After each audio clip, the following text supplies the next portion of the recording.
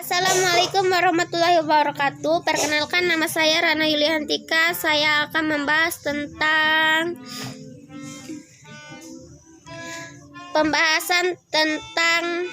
konsep dasar pengembangan pembelajaran sains. Nah, sains artinya pengetahuan. Nah, di sini ada tujuan pengembangan sains, yaitu 1. Mampu mengamati perubahan yang terjadi di sekitar. 2. Mampu melakukan percobaan sederhana. 3. Mampu melakukan kegiatan membandingkan. 4. Meningkatkan kurativitas. Nah, di sini ada metodenya. Metode itu secara umum terdapat 3 pendekatan utama, yaitu pendekatan yang bersifat situasional, 2 pendekatan yang bersifat terpisah, 3 pendekatan yang bersifat terintegrasi. Nah, di sini ada hakikat model pembelajaran. Secara kappa, model dimaknai sebagai suatu objek atau konsep yang digunakan untuk mempresentasikan sesuatu hal. Nah, istilah model pembelajaran mengarah pada suatu pendekatan pembelajaran tertentu. Terdapat tujuan. Nah, di sini ada ciri-ciri tersebut ialah 1. Rasional, 2. Landasan, 3. Tingkah laku, 4. Lingkungan belajar.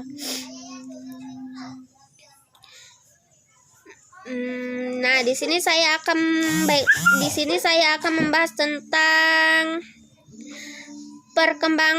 pengertian kognitif. Nah, pengertian kognitif itu dari bahasa artinya mengerti. Nah, di sini ada teori perkembangan kognitif. Nah, 1 dari teori Jean Piaget. Nah, menyatakan bahwa perbedaan cara berpikir anak dengan orang dewasa.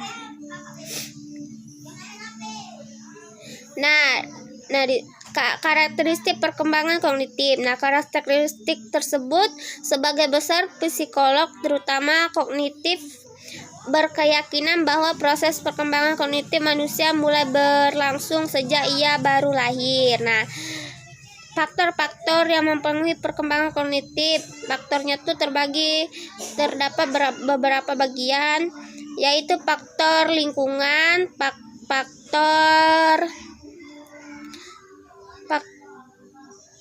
lingkungan. Nah, faktor lingkungan itu terdapat beberapa bagian, yaitu faktor lingkungan keluarga, faktor lingkungan sekolah. Nah, di sini saya akan melanjutkan pembahasan dari materi media pembelajaran. Menurut bahasa, istilah media berasal dari kata medium, yang artinya perantaran. Dalam Kamus Besar Bahasa Indonesia, media diartikan sebagai alat. Nah, di sini ada manfaat media pembelajaran. Nah, manfaatnya itu terdapat beberapa bagian. 1. Menyampaikan materi pembelajaran dapat diseragamkan. 2. Proses pembelajaran menjadi lebih baik. 3. Proses pembelajaran menjadi lebih interaktif. 4. Jumlah waktu belajar mengajar dan mengurangi.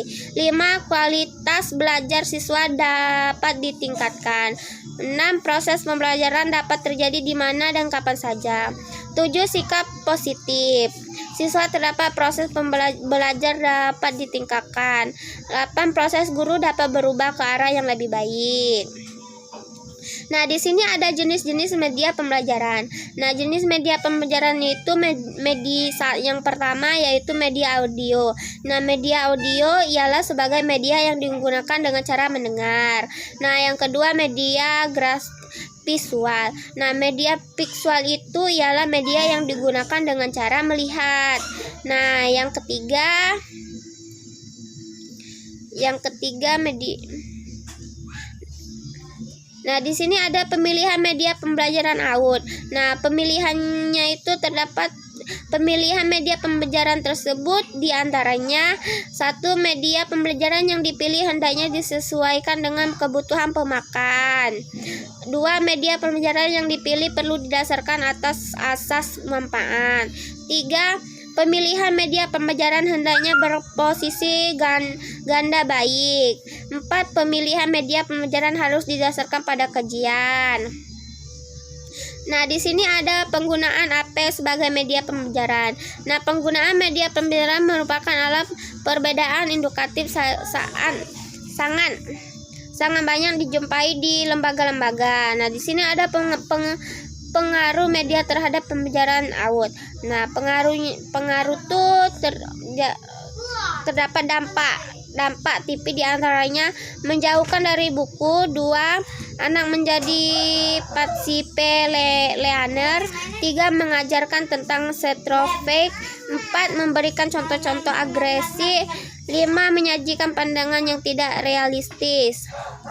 Nah, di sini ada mengembangkan media pembelajaran. Nah, mengembangkan itu dengan cara perencanaan atau desain. Nah, bila saya akan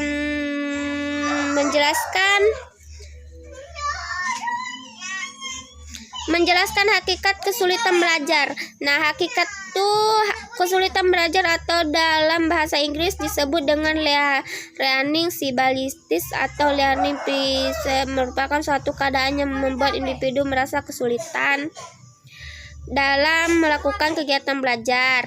Nah, B. Memahami kesulitan belajar seorang anak. 1. Kesulitan belajar internal.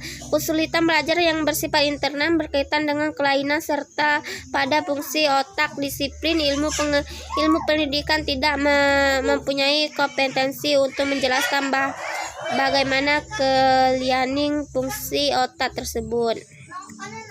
Nah, di sini di sini ada pembelajaran pada anak yang mengalami kesulitan belajar. Nah, apabila proses asesmen sudah dilakukan dan diperoleh data yang akurat tentang kesulitan belajar anak, langkah berikutnya adalah menyusun program intervensi dan melakukan proses pembelajaran. Terdapat 4 langkah pembelajaran yang bersifat, yaitu pembelajaran pada tahap konkret, 2. Pembelajaran pada tahap semi konkret, 3. Pembelajaran pada tahap semi abstrak, 4. Pembelajaran pada tahap abstrak. Klasifikasi kesulitan belajar. Nah, di sini ada klasifikasi kesulitan belajar memiliki banyak tipe yang masing-masing menggunakan diagnosis dan pembekalan yang berbeda-beda.